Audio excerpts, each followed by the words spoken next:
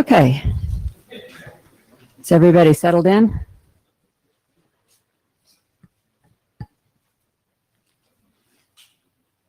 So this is the Working Group Chairs Forum.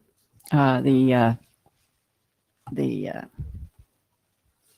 pink half of the Working Group Chairs Forum team at the top just realized that I forgot to upload the chair slides. So so we're going to start with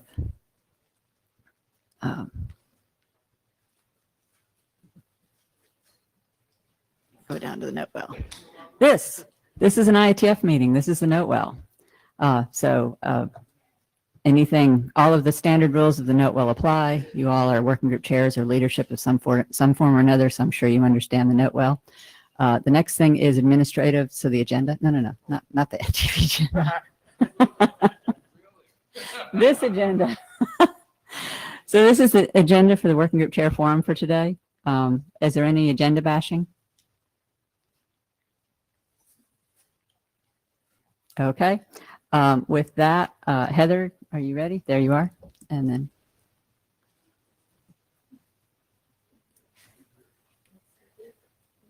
Yes, on the paper. Here's the thing. Okay. I'm going to miss you guys. But hey, guess what?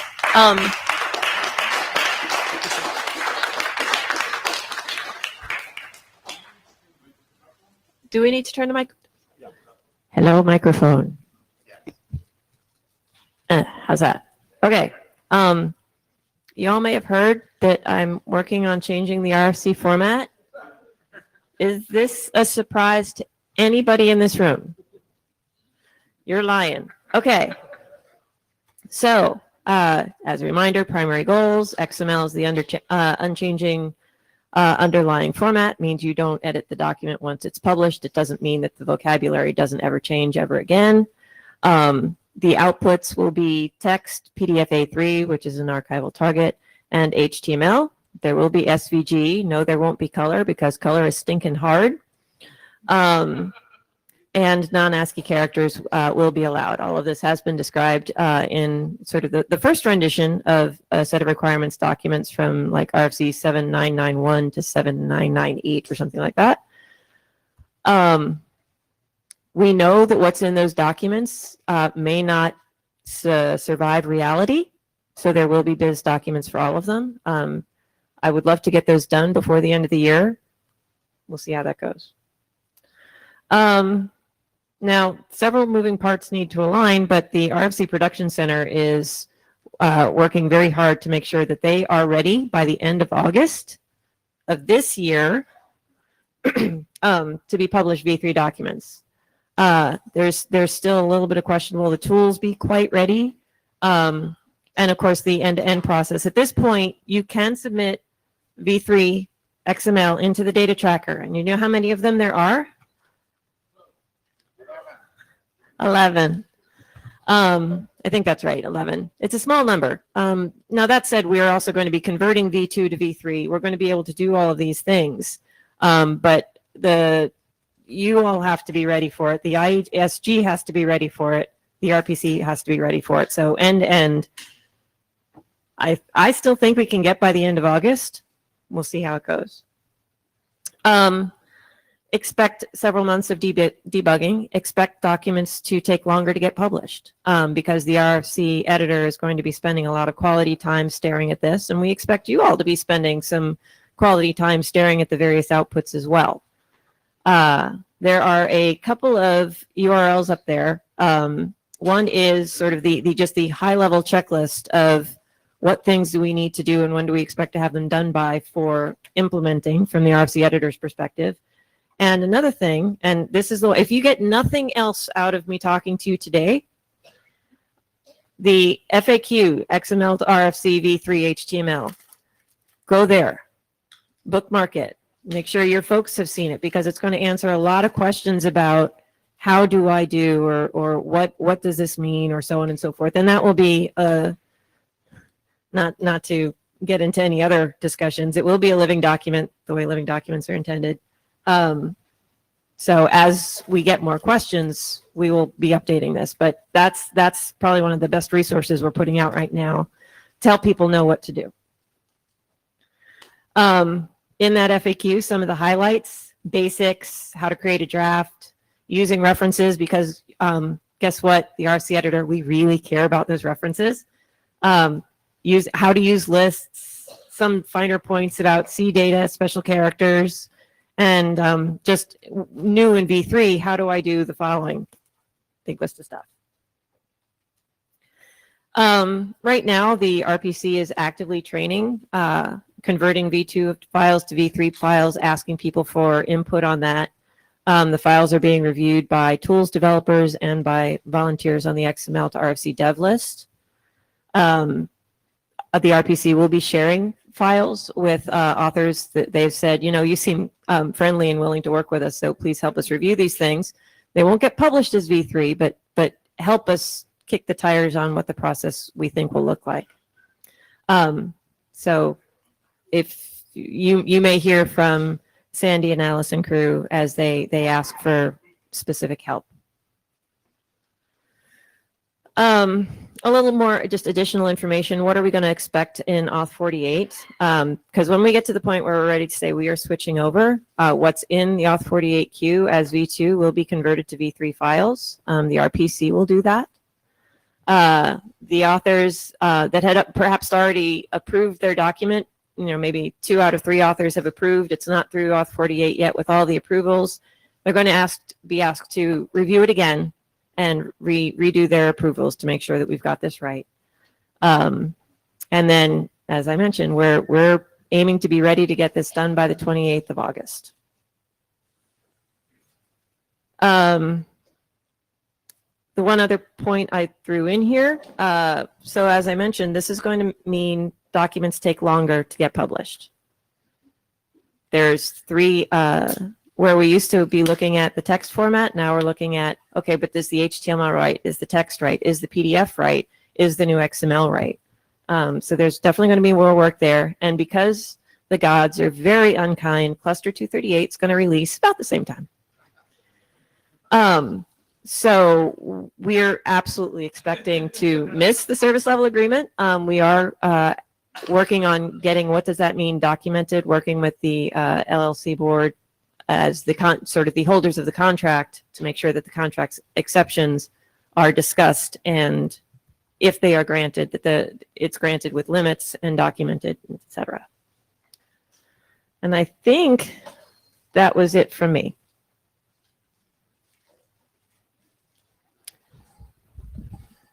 Heather, Jim, can you hear me? almost, kind of. You can always try the one closer. I can relay your question to the room. I could do that. Yeah, that's better.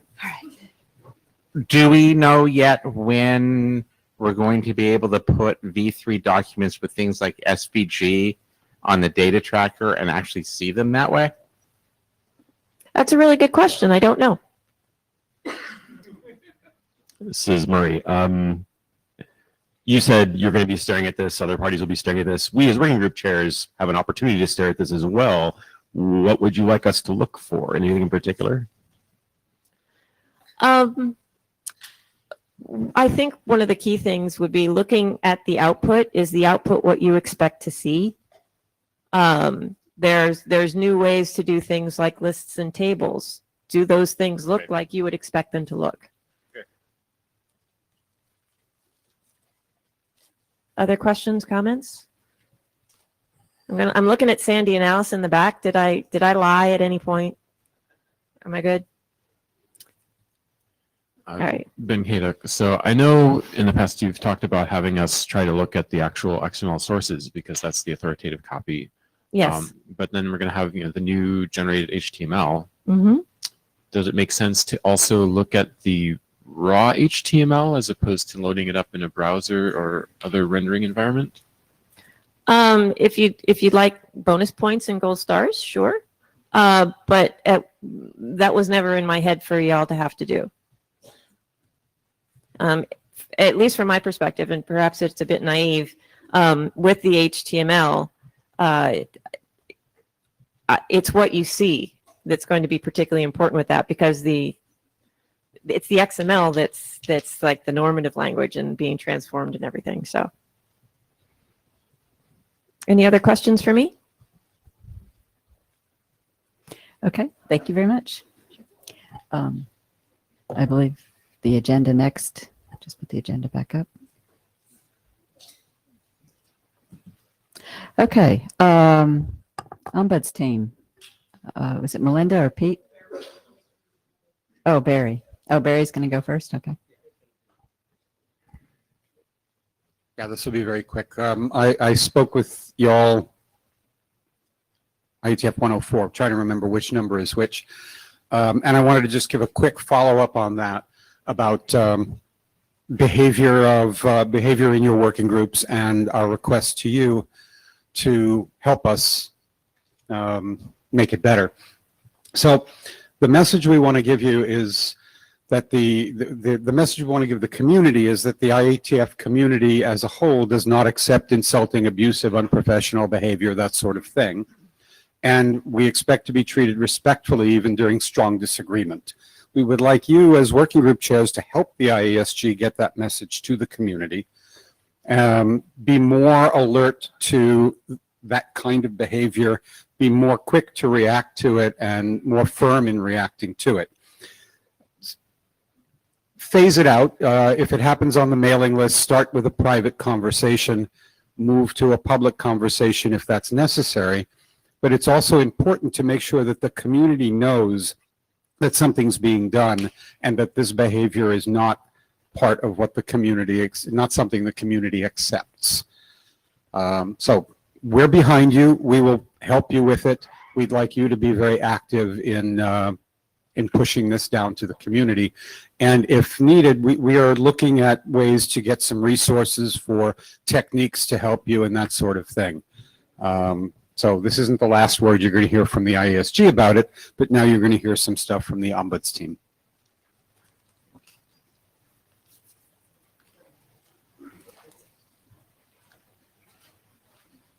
I just became stuck. Were you coerced into doing that? What's that? Were you coerced into doing it? Coerced, but not coerced into doing it. So Melinda said that she will put her 2 cents in as we go along here. So I expect many of you are aware that some of the IETF main list discussion has generated heat in addition to light, and some of that heat is a little hot. So we've been talking for some time about what you all can do to help. We, the Ombuds team and some folks from the IESG had a meeting on Wednesday, no, Monday at lunch. Thank you. It's such a long week. The other Wednesday, with some folks, and we're looking to bring in other resources, professional resources, to sort of help with this.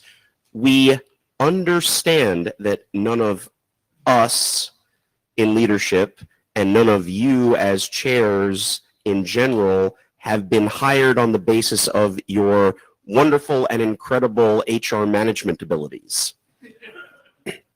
We are all in the same boat. We learn as we go. Some of us have more experience, some less. But we want to start to give you some ideas, some hints about how to go forward and how to manage your groups that will help this along. And as you have questions, bring them up, and you can do that on the working group chairs list. You can do that directly to the Ombuds team if it's touchier. You can certainly do that with your ADs. And your ADs are learning along with you. Do not feel like you're cut off in space here as the poor little person who doesn't know. So Barry mentioned this business about on-list, off-list kinds of things. There are techniques that you can use that will help this along.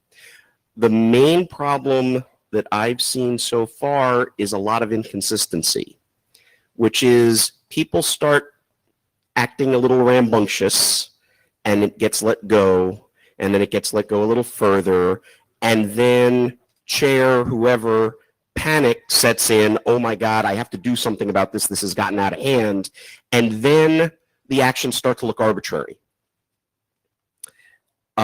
So you want to start those conversations as someone is getting a little heated, maybe off list, drop a note, say, let's just make sure to keep this in check. And one of the nice things you can do is get that person on board with you. We want to show other folks in the group, especially the new folks, that this is not the way to go. It would be ever so nice if you, person who did this little offense, would post and say, you know what, I got a little heated there. Sorry about that. Let's try that again without as much rambunctiousness. You can do that. It's also very important to do the same kinds of things in your working group sessions. We consistently see chairs who sit up at the table and are not paying attention to what's going on at the mics. It's, well, they're having a conversation, I'll let it go until it gets out of control. And generally speaking, you have a second chair. You can whisper to your second chair, could you go whisper in that person's ear? Maybe next time they get to the mic, they should calm it down a bit. You need to do active management in the room. You need to do active management on the list. And it's hard. And like I said, we're going to try and come up with more ideas, tools. Marie-Josée Montpetit, co-chair of the Network Coding Research Group, where we had a major problem of violence that was actually directed at the chairs and the participants. We tried to take it offline. We tried to get it off list. We tried to get it off our persons. The problem is the lists are not the only ways that people use to get to us. There is also the LinkedIn, there's Facebook, there's all kinds of other ways that the person who has the bad behavior may use all kinds of other things. I have absolutely to thank the people in the IETF who actually helped us, because at one point there was threats of violence and the Boston police was involved.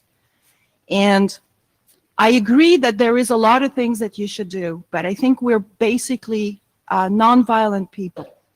And when people start having bad behavior, we let it go because we do not want to confront the person. And I don't know if there are ways to do that. In our case, it really got bad. And it's actually the funny thing that, you know, when we were in the middle of it, which was last year, we were told that it was not the first time, which I thought was amazing because I thought we were so, you know, out of it. But I would say I agree with what you said, but I think I don't know how that can be done. But sometimes within the group, you will not have the resources because we're involved. We know the person. In our case, we knew the person from other activities. I don't know if there's a way to have some kind of link in between the groups when you start having someone who is completely out of it. But for us, we tried everything you said. We confronted the person personally, we confronted the person via Skype, we confronted the person, and actually every time it was getting worse. So I think it's this is my comment. I think everything you said, I think works well if you think that people are fairly rational. right. In our case, we were dealing with somebody who was completely irrational. And I we got think this scared. is an excellent point and something that we should all keep in mind. There is no time at which it's too early to escalate. Okay. Right? That, you know, the ADs are there. We as the Ombuds team are here. And they're escalating too quickly can't happen. Right? Someone does something and it gets to us and we say, you know what, not time to escalate yet. No big deal with that. But yeah, having the ability to have the community, certainly asking questions of other chairs on the working group chairs list is fine. But that one sounds like, and eventually you just had to escalate all the way up. And I think no one should be worried about doing that. No one should feel like they have to do any of this on their own. That's the worst possible outcome. We do need to act as a community. So yeah, I don't want to minimize exactly what you were talking about by saying there are all these little tools. That's for the general case. And we all know that we have hit multiple of those cases. And although physical violence is really rare to be threatened, but thankfully, but yeah, it has to be dealt with quickly. Jeff Haas, so I want to share some experience from other mailing list contexts that I've done. Moderated other lists in various forums with people that are very hot-headed on very hot topics. And it's been my experience that when things have started, heating up past a certain point, the feedback cycle of it being semi-real time is what tends to cause things to go a little bit crazy. Everybody that is running a mailing list, and any of you their chairs have log in for Mailman to be able to manage your mail list, have minimally a tool on there that's called emergency moderation. You can click this button and every bit of mail to the list just stops. You can at that point control which ones actually go through. And if necessary, you can selectively moderate people. This is not saying your job is to censor the people, but just simply by introducing that delay in the responses, things sometimes can get better on their own. Suresh mentioned directly that he did this as a chair with one working group, and the effective tool for him was he turned on moderation completely and then went to the individuals and said, I'm moderating this. Do you really want me to post this as is? And he said he got a pretty good response of a lot of people saying, no, that's okay. And this is the thing. I mean, I think most of the participants are rational and will respond well, and some of them will continue to be hot-headed and will need to deal with them in a different way. But yeah, moderating the list, you are completely empowered to do. One of the other things you should note that you are completely empowered to do is during a working group session, refuse the mic to someone. If someone is getting out of control, you can have them sit down and say, that's it. You're not getting up to the mic again. And that's in 2418. You can refuse them the floor. Perfectly reasonable if they're getting out of control. Ben Kadek, I was also talking to Suresh, and just to point out that the caveat to that is that it only stops traffic to the list. So if a message is sent to the list and the other person they're being hot-headed with, the single copy still goes to the other individual. And so just beware of that. Yes, this is a very effective tool, but there is a caveat. Right, and mentioning to the person who got CC'd, by the way, it didn't make it to the list, so perhaps responding is not the best plan. Yeah. And this is Barry, just pointing out, you can also moderate individuals as well as doing the emergency moderation of the whole list. So when Melinda and I were talking, we thought this would be sort of free-form. Do you have any questions of approaches? Do you want to talk about particular instances? Name names, don't name names, whatever you like. But we are being recorded, and we are being meet echoed and all that stuff. Yeah, one thing I want to highlight is that it's okay for people to be angry, and it's okay for them to express that anger. That doesn't need to be stopped. It's when they're abusive and hostile, and causing other people to be abusive and hostile, because we know that participants do model other participants' behavior, that there needs to be an intervention. So it's not the anger. And I think that a lot of people here are actually capable and do frequently express anger in a very straightforward way, and that's good. So one point of clarification.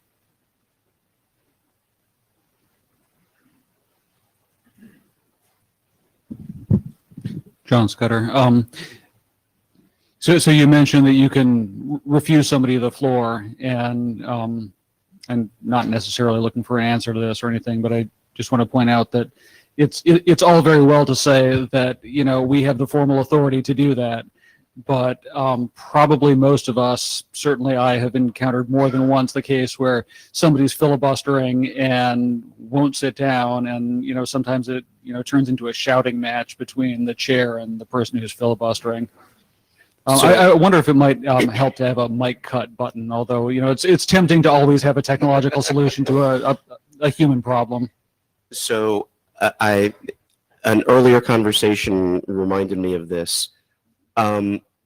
You should have, if you are finding contentious meetings, right, that you're running contentious meetings, you should have the conversation with your AD up front, right? You are empowered to do that, but you need absolute, unequivocal backup from your AD to pull that off. So when you say, John, sit down, you're done at the mic, and the person keeps going, and you say it the second time, by the third time, your AD should be standing up and going, this is John's call, he is chairing this meeting, you need to sit down now. And if that person is, sufficiently disruptive, well, yeah. There is the point where someone becomes so recalcitrant that outside means need to be taken. Hopefully we never get there. And the meeting venues have security staff. But I mean, and this is, again, to Maria's point, yeah, people go over the top, and we have to deal with that with security staff, with police, with whatever. For the most part, luckily, that's not going to be the case. And the comment can be, you need to sit down until, you're not being abusive anymore, and we can talk after the meeting about this or whatever. And also try and keep your cool about it, because it gets harder and harder the more amped up you get. So, With respect to moderating specific users, I understand that we can do the emergency moderation thing. We have somewhere in the RFC 2000 numbers is, here's a process by which you can suspend somebody's privileges on a list. Did that change recently? Yep. So what's the difference between that process and what you just described, where you can actually flag, I'm going to moderate that person? Moderating the whole list is probably something you can get away with in a crisis, but if moderating one person, we have a process for that takes steps to get to. So what's different? Oh, no. The steps for moderating one person, well, moderating is not a problem at all, because that person's posts are still being made. Now, you want to cut that person off and say, you are not posting anymore, don't care what you That's post. the distinction, okay. Then you have to start the process, but that process for the chair to do for 30 days is actually relatively simple. Oh, yeah. I mean, there's notifications and But that's it. I'm wondering if it's like, I don't know, appealable that I cut you off because you're disrupting a conversation, and but I didn't run through that process. So not for the instant moderation. I'm going to put you in the queue, and I will look at the post before it goes. No, okay, that's not a problem. Hi, Colin Perkins. Just on the meeting management, I've seen working groups that have paused the meeting and taken a 10-minute break halfway. I'm sorry. Sorry, on the meeting management, I've seen working groups take a pause and take a 10-minute break in the middle to let things calm down, which is sometimes a good approach. Yeah. All right, thank you very much. Since there's nobody in the queue, we will move on. Thank you, guys. So next, you will all have seen a question Michelle posed to the mailing list, and she's going to come and gather some real-time feedback on, or not. Now for something much more fun. Define fun. Is it working? Yes. I'm Michelle Cotton. I'm with IANA. And yes, I did post a question to the list.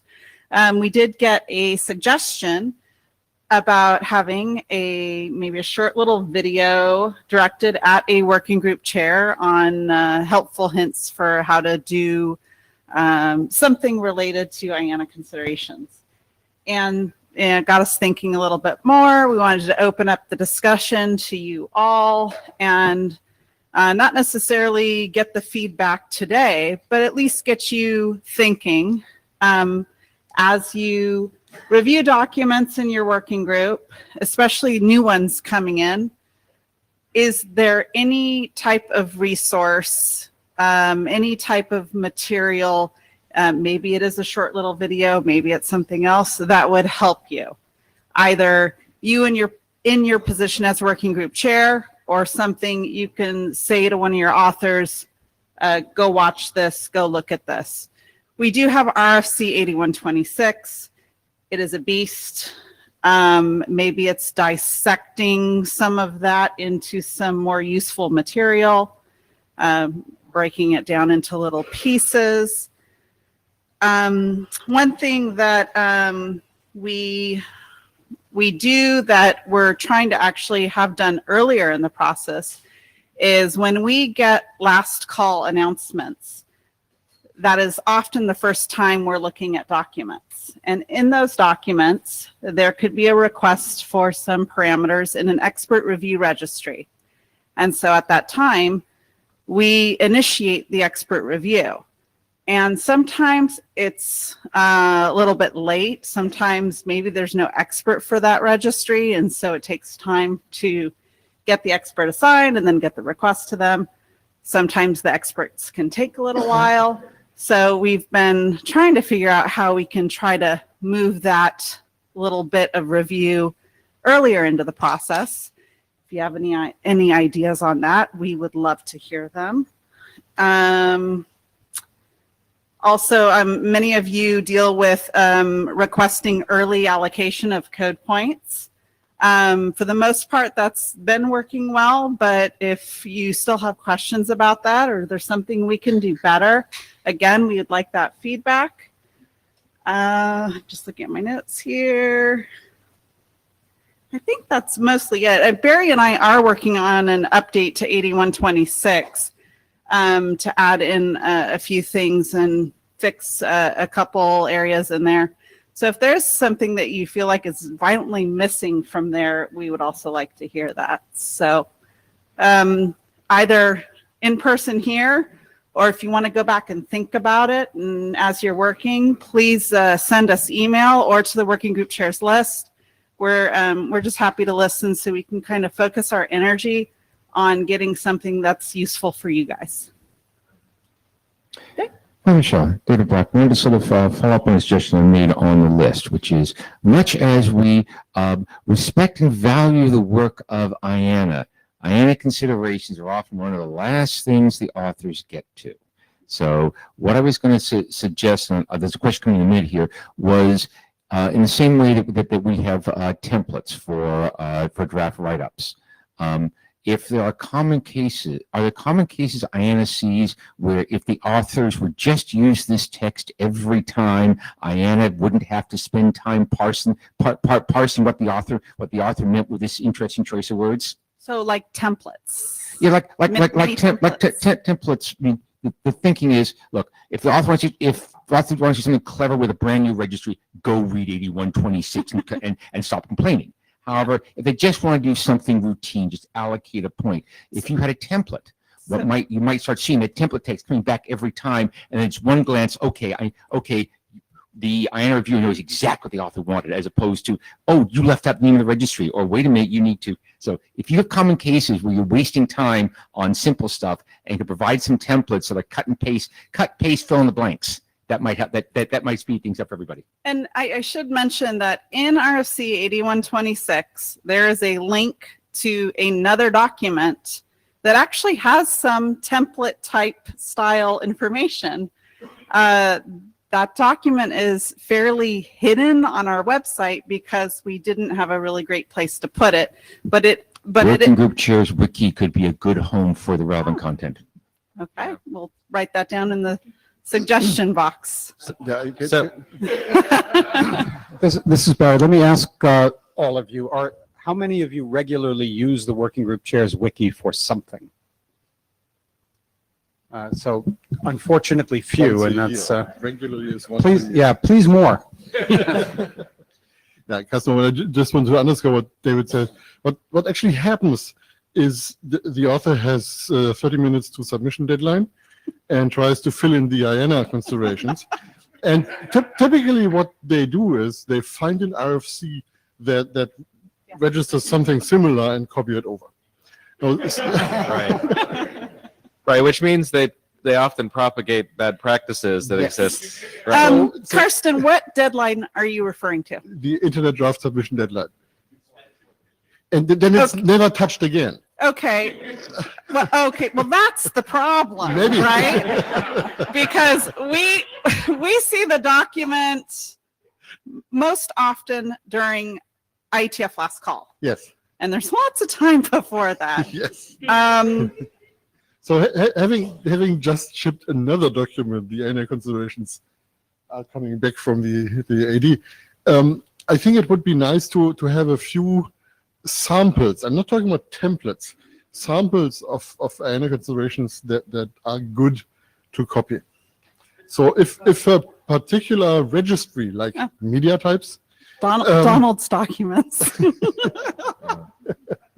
had a pointer to registrations that are good to copy, that would help most. Okay, thank you. So Michelle, we talked about this. This is Dave Waltermeyer. We talked about this briefly earlier in the week. I'm a programmer. I think about things in design patterns. A lot of the IANA registrations, tend to follow some fairly common, patterns. It might be useful to organize templates and some guidance around, developing an IANA registry, and to follow certain common patterns. Things like this is this is how you do a registry of registries. This is how you, do a simple indexed registry, that has a name and an index number. Things that are sort of repeating concepts that exist in a lot of drafts.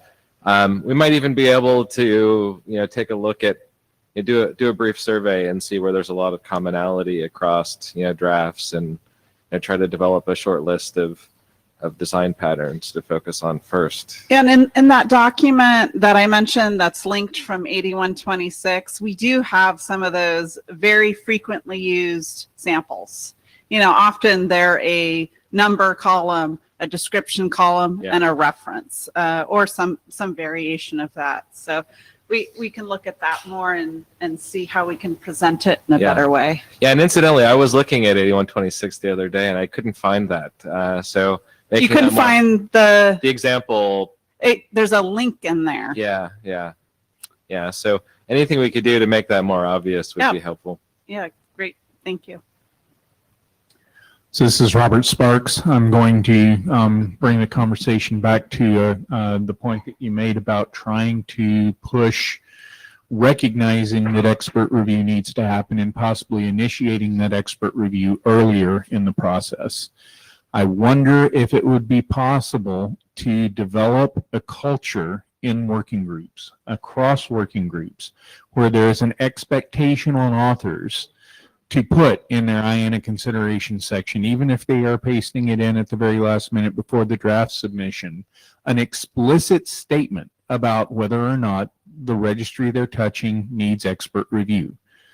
So we train the individual authors to learn how to know whether or not an expert review needs to happen, so that they know how to put this sentence in. And it can, we can, I don't want to dive too deep into the mechanics. The draft would need to have something where it didn't end up lying around in the RFC at the end. So it could be in the, RFC editor, please remove this kind of bracket. But we just set the expectation that when these drafts come in, when they're, when they're submitted as working group drafts, anytime it's touching a registry, there is a sentence in there that the author populates saying this requires expert review or does not require expert review.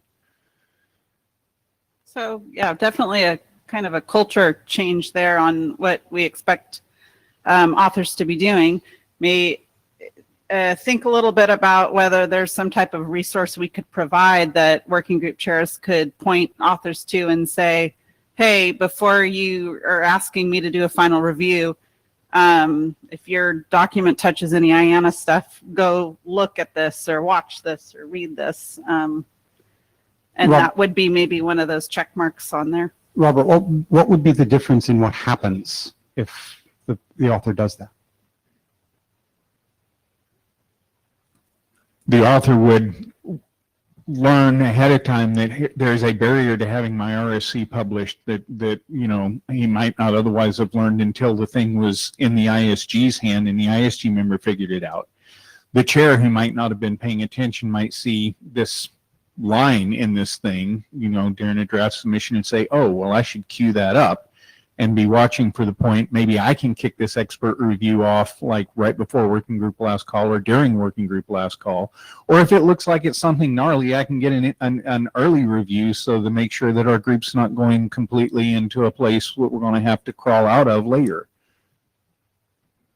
John Scudder. So to the earlier comment that stuff gets pasted in 30 minutes before the deadline and then never touched again. If it's never touched again, that means that the document shepherd is also kind of calling it in, because there's like a specific thing in the document shepherd guidelines that says, the document shepherd has reviewed the IANA section and, thinks that it's not broken. So, number one, I guess, for us, we should probably make sure that our document shepherds are actually reviewing those IANA sections. I personally, when acting as document shepherd, have pretty much completely rewritten more than one of those, I'm afraid. And I think something that would, earlier you were talking about training materials, templates, where do we link those from, et cetera, and it might be productive to stick a link right there in the document shepherd template that says, over here is where the templates are, just in case you need to rewrite somebody's IANA section. Murray, I'm also a media type reviewer. There are plenty of terrible examples of what you should submit, so please don't copy those. The problem is, of course, someone writing up a template doesn't know if what they're looking at is a bad example. Things change over time of what we're prepared to accept and what we're not. So anything we can do to arrange or to encourage authors to approach reviewers early and say, designated experts for the other DEs in the room, first, can you identify who the reviewer should be? And secondly, will you please take an early look at this? Because if I can avoid a round trip with you, because our round trips sometimes take a while, you should try to avoid those. So yeah, I definitely encourage that. Anything we can do to smooth that process out. We get a lot of crap in the MIME types reviewers, and we have to do 2 or 3 round trips. So yes, we know. To add on what Murray said, we also offer early review at any point in time too. You don't have to wait till last call to review a document. So if as working group chairs you see a document and you're like, oh my gosh, this section is absolutely awful, you can also tell them, hey, go contact IANA and they're going to help you to improve your section. One thing I do notice at IETF meetings is that we are getting more authors coming to us at the table to say, this is what I want to do, how do I do it? And when their document goes through, there's a lot less pain because they've already done it the right way from the very beginning. So you can always tell them to contact us early and we can help too. Brian Rosen, two things. By far, the most common IANA action is add a value to a registry. We could automate that, right? You know what the shape of the registry is, so you know what the values are. So we could put something in XML or RFC, which is an add a value function that, pull down what registry you're doing and, fill it all in. Let me walk you through a few of these registries so you can understand what you're asking. So clearly there are registries for which that wouldn't work, but the 90% would help a lot. I will spend time with you on that because I've done this enough that I think that's right. On expert review, possibly what we need is a small amount more formalism. Maybe an expert review ends with some token, just the URI is good enough on a tool, and that token can be included in the draft, which is IANA's indication that expert review has already been done. We're working on that.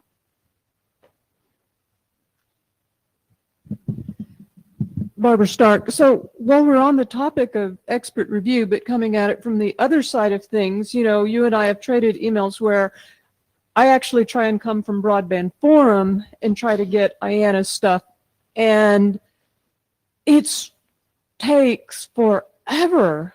Fortunately, I know that it's going to take forever, so I start several months in advance. So when it takes a month and a half to finally get an expert review, but I'm wondering, has there been any progress on what all has to trigger an expert review? Because we discussed, if I just want to change the URL that my registered item is pointing to, if it says this is, this registry requires expert review, then changing the URL requires expert review. And if that expert is going to take 4 weeks to take a look at that new URL, then it's 4 weeks to change a URL. and I don't know if there's been any progress on trying to maybe get, when people say we're creating a new registry and it requires expert review, can there be some limiting of, maybe these things, if they're changed, don't require expert review or things like that? I think that's perfectly acceptable to put in as instructions to the expert. We don't see any problem with that. I don't think the ISG would either. So yeah, I mean, it's definitely something to think about when creating new registries and what registration procedures to use. That's really, of course, up to you all and your working groups of what you want to choose.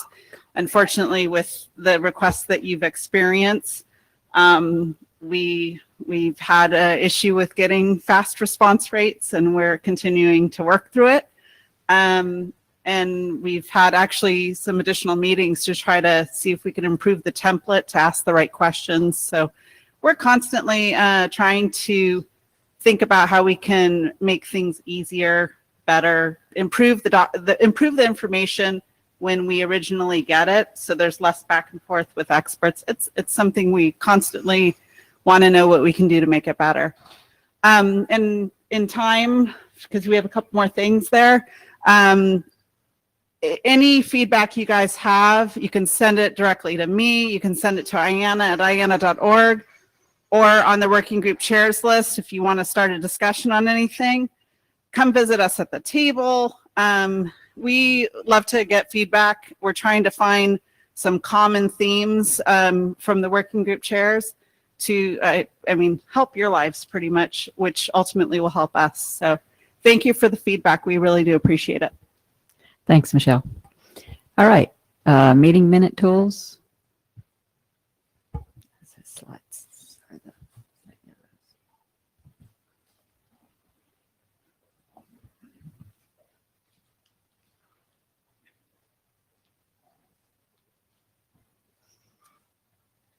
So I really had just one question, which I'll ask at the end. But I wanted to seed the question with some discussion around meeting minutes and talk about, well, maybe some of the reasons why we have meeting minutes. And I've tried to imagine some, but I'm sure there are more that you can think of as to why we do take meeting minutes. The how is a little bit of a problematic part, in the sense that we have to find someone willing to take those minutes. I know we have Etherpad. We have the convenience of people converging on a way to collect minutes, but our experience has generally shown that it's at best those minutes come out a little scrappy.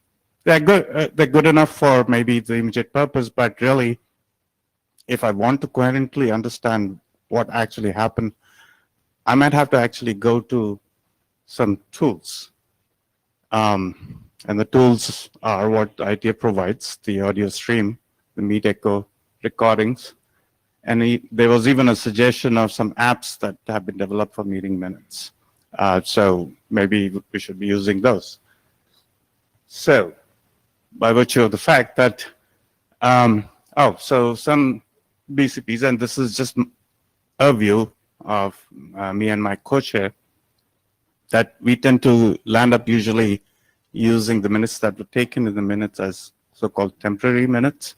We need to have something in place, so we take whatever we gather in the meeting. And we have had at least one occasion where the audio stream went down and we actually didn't have a part of the recording. So it was good to have some minutes. But really, at the end of the effort, what happens is we go back into and listen to the stream and use some transcribing tool to get the output of the minutes and then edit it and make it generally available as the meeting minutes. So by virtue of the fact that I get to ask the question, I don't have to give you any answers. So the question really is, can we replace taking meeting minutes with the tools that we already have in place, and maybe some of the transcribing and editing capability that might have to be added?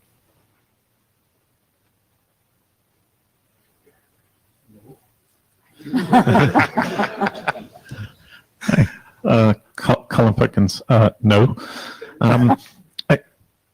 I find it a little concerning that people often just try and transcribe what people say in the minutes. The minutes should be recording the decisions rather than just summarizing what everyone says. Trying to record what was said.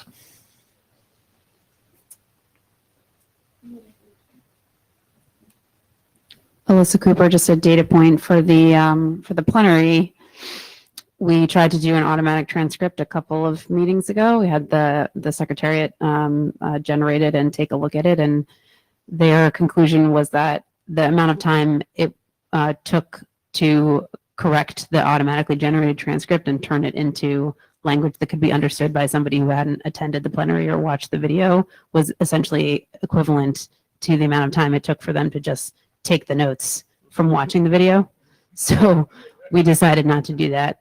I think there's some special challenges also because we have, people, we like sometimes to have, people's names as you're taking the minutes, attribution. We use a lot of acronyms, people with very different accents from all around the world. And I think some of the tools, as good as they've gotten, still struggle with those aspects.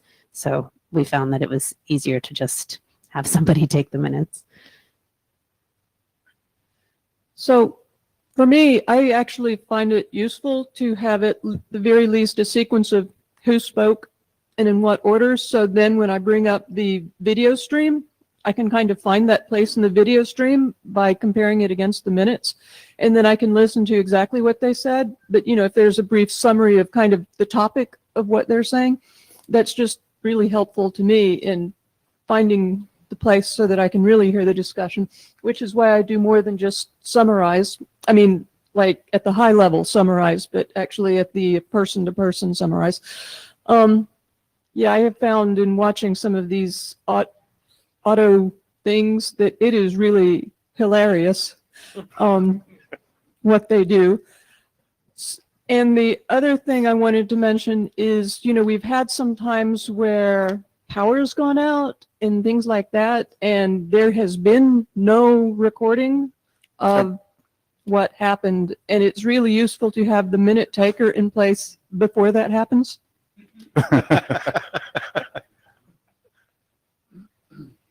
Yeah, to follow up on response to Colin, I tend to, when I take minutes, note the point that was being made by the person at the mic as best as I can compress it. But I think it's worth it for folks who are not in the meeting room to read those minutes and see those points just to make sure that things that they wanted to be covered were or were not covered and can reply to the list. It would be lovely if we could pull this off, but I don't think we can and end up with something useful in the end. Yep. Customer, a decision is nearly worthless if you don't know the reasons for it. It will be retaken. So we have to have that information. I originally came up here to express my unhappiness that Etherpad crashed 4 times during our morning meeting. But really the one thing that may be useful to you, if you look at the YouTube recordings, there's a well-hidden button, get transcript. So if you enjoy the hilariousness, you know where to get it. You almost took all the wind out of my sails. I'll give you an example. Suppose all you record is the decisions made, and the only decision is made is, we made no decision, let's take this back to the list. If you don't have all those points recorded somewhere, you're just going to repeat the discussion on the list. So it's really important to have at least the summaries Pete was talking about. All right, so we have 4 minutes, so let's talk fast. Hi, Jim Fenton.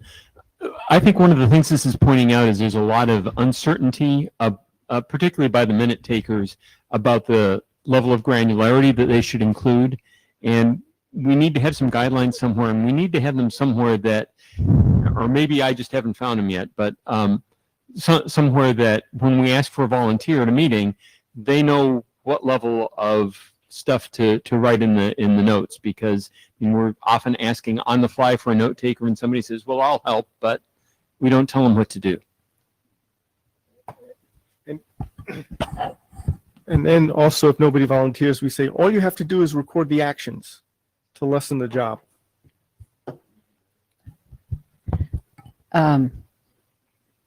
Okay, so we can maybe identify some what we consider a couple of good sets of minutes and point to these as examples. well, that's true. Dave Baltimore, a thought that just came to me was, if there's a very short set of things that we could recommend to the note takers, we might be able to post them in the boilerplate that comes with Etherpad when you first load it up. Okay.